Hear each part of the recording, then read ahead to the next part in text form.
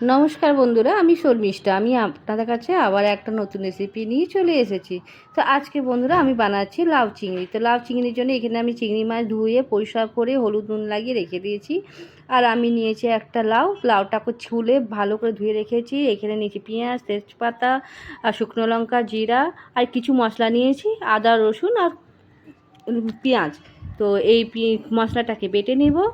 আর পেঁয়াজ আর তেজপাতা এই যে আছে এটা একটু ফোড়ন দিয়ে দেবো। তো এখানে আমি এখন মিক্সচার মেশিনে বেটে নেব বন্ধুরা। আর বেশি মশলা লাগে না, কিন্তু খেতে খুব সুন্দর লাগে। এখানে আমি কড়াই চাপিয়ে দিয়েছি। কড়াইয়ের মধ্যে আমি দিয়ে দিয়েছি 3 থেকে 4 চামচ তেল, সর্ষের তেল দিয়েছি বন্ধুরা। আর আমি মাছগুলোকে এখন ভালো করে নাড়িয়ে চাড়িয়ে হালকা, বেশি লাল করব না, দিয়ে ভেজে নেব। লাউ চিংড়ির সাথে গরম গরম ভাত খেতে সত্যি ভালো লাগে। তো আমি আজকে এই রেসিপিটাই বানিয়ে দেখাচ্ছি আপনাদেরকে।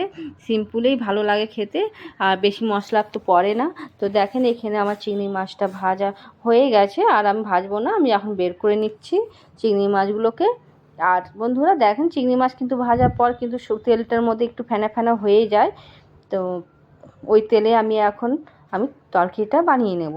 তো আমি ফোড়নে দিয়ে দিচ্ছি তেজপাতা আর 2 শুকনো লঙ্কা, 2 থেকে 3টে শুকনো লঙ্কা আর গোটা জিরে। আর পেঁয়াজ আমি একটা গোটা কেটে রেখেছিলাম বন্ধুরা। তো আমি এটার মধ্যে এখন পেঁয়াজও দিয়ে দেবো। তো অপশান আছে, আপনারা দিতেও পারেন, নাও দিতে পারেন, কিন্তু আমি এখানে একটু পেঁয়াজটা দিলাম। আর আমি কিন্তু তেল দিইনি, ওই তেলেই কিন্তু আমি তরকারিটাকে বানিয়ে নেব। তো পেঁয়াজটা আমি একটু লাল লাল করে ভাজবো বন্ধুরা। আর আপনারা যদি বিনা মশলাও করতে পারেন তাহলে একদম মশলা ছাড়াও দিতে পারেন। জিরা তেজপাতা ফোড়ন দিয়েও করতে পারেন বন্ধুরা, কোনো মশলা লাগে না, একটুখানি আদা বাটা দিলেই হয়ে যাবে। এরপর পেঁয়াজটা কিন্তু লাল লাল করে ভাজা হয়ে গেছে। তো আমি এখানে ওই আদা রসুন আর পেঁয়াজের পেস্টটাকে দিয়ে দিলাম। দেখেন এখন একটু মশলাটা ভাজা ভাজা হোক। তো আমি এখানে পরিমাণ মতো নুন দিয়ে দিচ্ছি, আর দিচ্ছি একটুখানি জিরা, একদম অল্প বন্ধুরা, আর অর্ধেক চামচের মতন হলুদ, বেশি মশলা দিইনি। আর এখানে একটুখানি দিচ্ছি লাল লঙ্কা, ঝালটাই দিয়েছি। দিয়ে এখন মশলাটাকে ভালো করে একটুখানি ভেজে নেব। মশলা থেকে কিন্তু তেলটা ছেড়ে এসেছে, মশলাটা কিন্তু ভাজা ভাজা হয়ে গেছে। দেখেন চারদিক থেকে ভালো করে তেলটা দেখা যাচ্ছে বন্ধুরা। এবার আমি এখানে দিয়ে দিচ্ছি লাউটা যে কেটে রেখেছিলাম, সেই লাউটা খুবই নরম, আর একদম পুরো তাজা লাউ ছিল। তো এবার মশলার সাথে ভালো করে লাউটাকে মিলিয়ে নেব বন্ধুরা। আমি কিন্তু এই তরকারিতে জল দিব না, লাউ থেকে যে জলটা বেরাবে সেই জলেই হয়ে যাবে। এখন আমি ঢাকা দিয়ে 10 থেকে 15 মিনিটের মতন রেখেছিলাম।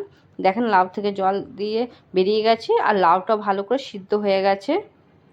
আমাকে এক ফোঁটা জল দিতে হয়নি বন্ধুরা, কি সুন্দর করে সিদ্ধ হয়েছে।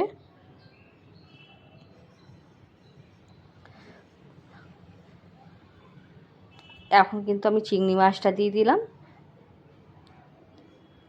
এবার চিংড়ি মাছটা দিয়েও কিন্তু এখন আমি ঢেকে ঢেকে বানাবো, চিংড়ি মাছটা একটুখানি সিদ্ধ হতে টাইম লাগবে। তো এবার আমি চিংড়ি মাছটা ঢাকা দিয়ে বানাচ্ছি বন্ধুরা, ঢেকে দেবো। এটা আমি এখন কিন্তু 5 মিনিটের মতন রাখবো সিম আগুন করে।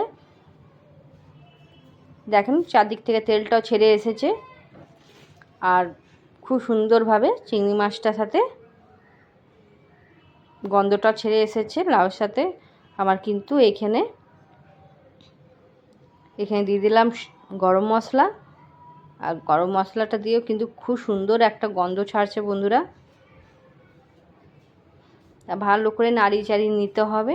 আর সত্যি খুবই ভালো হয়েছে তরকারিটা, কখনো আপনারা ঘরে বানিয়ে খাবেন। আর আমি এখন গরম মশলাটা দিয়ে ঢাকা দিয়ে রেখে দিলাম। আমার লাউ চিংড়িটা হয়ে গেছে। যদি ভালো লাগলো তাহলে লাইক শেয়ার সাবস্ক্রাইব করে দেবেন বন্ধুরা, আর কমেন্ট করে জানাবেন কেমন হয়েছে।